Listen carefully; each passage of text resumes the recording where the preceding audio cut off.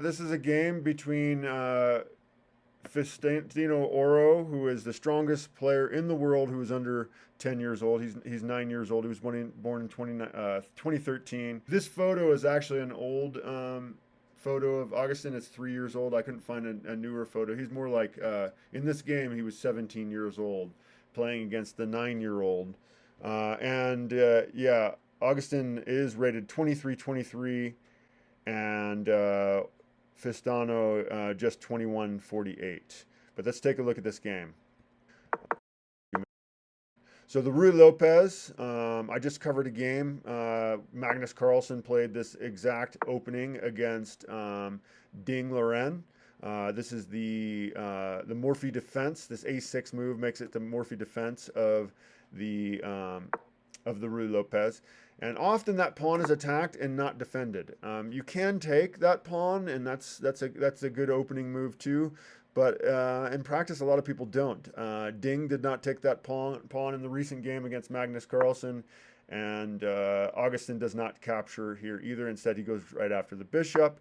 And, this is not a bad square for a bishop to be, so that's why people like the Ruy Lopez, aiming down on that f7 square. Yeah, developing pieces. These are book moves. That's why you see that little symbol there. The computer doesn't really like this move as much. It's certainly fine. Usually in this position, you're supposed to jump to maybe tearing open the center of the board, that's the little bit stronger move, supposedly. But I mean, Fistano's move is just fine. And now he does play that move, and he does plan on doing that whole thing. He just kind of added a little wrinkle in the position, and he can't really push the pawn yet. But he needs to be able to get his bishop into the game, so he does that. Both players just trying to develop their pieces. This is kind of crazy. You're going to see Fistano actually dance around with his knight here, but this was played by Magnus Carlsen. It was like roughly a year ago. Same sort of situation. In the opening, he ends dancing around just to get the knight to a stronger square, which doesn't exactly follow the convention of what you're supposed to do. You're supposed to get your pieces developed. This bishop needs to get into the game, but yeah, Fistano is mostly developed at this point, so it's perfectly fine.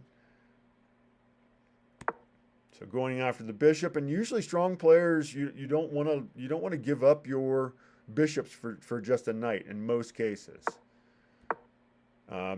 As the board opens up later in the game, eventually your pieces will be traded off the board. The knight's going to be really slow to get across the board, where the bishop can shoot all the way across the board. It can even attack targets on both sides of the board at the same time.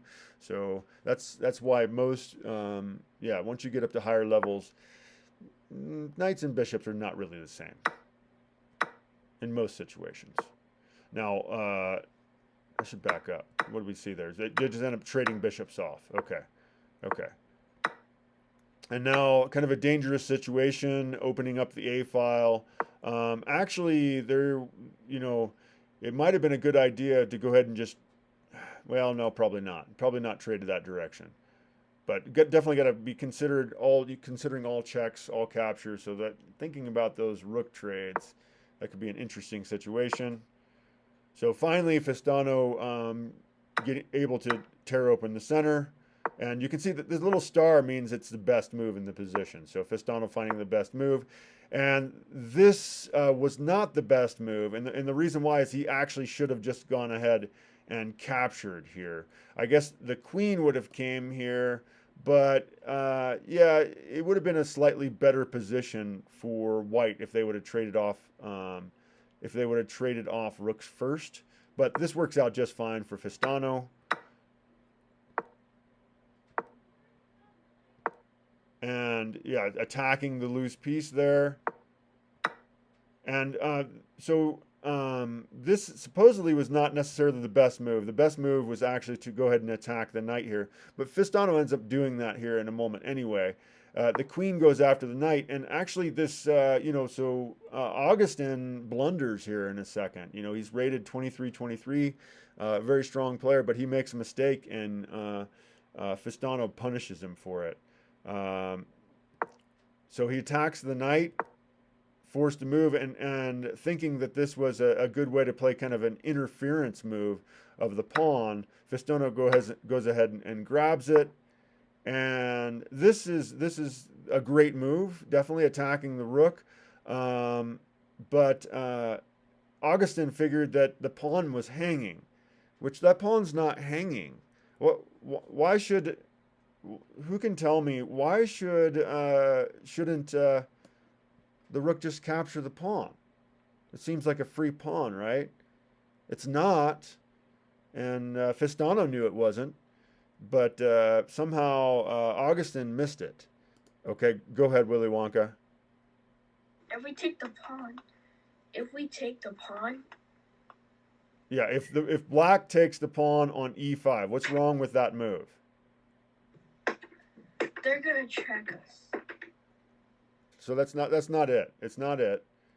There's a tactical thing here. It's a pretty simple tactic for, we have a advanced group of students here. Why can't? So Faustino actually, I'm just going to play it. Faustino plays this move here, or not Faustino, excuse me. Augustin plays this move here, which is a big blunder, really. It says it's an okay move, but it's a completely losing move. What move do we think white plays here? What does white play to punish this move?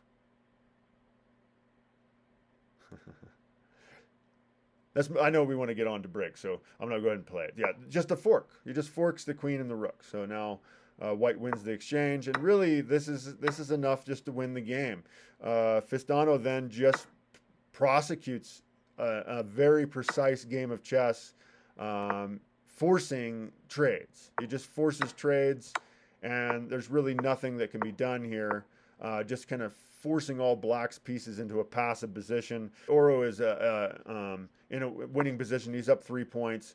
So Augustin actually resigns the game here. And yes, so yeah, Faustino Oro is the strongest player in the world under the age of 10 years old, and played a pretty flawless game. I think that game he played over 90%, 91.6% accuracy in that game. Pretty fantastic.